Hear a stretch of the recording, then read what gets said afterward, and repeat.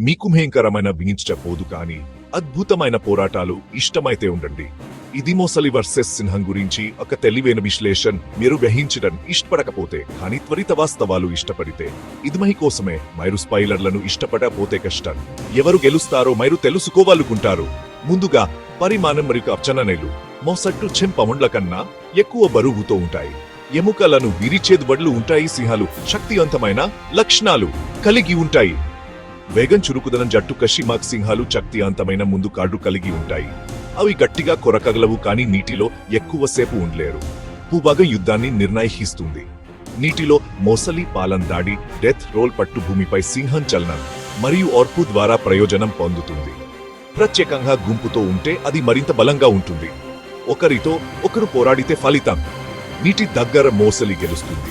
బహిరంగ ప్రదేశంలో లేదా మద్దతుతో సింహం గెలుస్తుంది. ముగింపు ఇది సరసమైన పోరాటం కాదు. సందర్భం ముఖ్యం. తదుపరి తెలుగులో క్విక్ టెక్ కావాలా చెప్పండి.